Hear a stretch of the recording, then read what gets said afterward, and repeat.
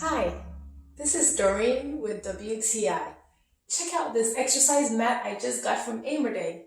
This mat is 72 inches long, so it can accommodate a wide variety of full body exercises, including planks and mountain climbers.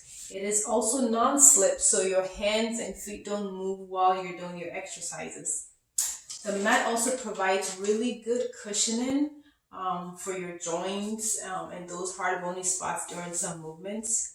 The color is also amazingly beautiful. This is the dreamy pink color that's advertised.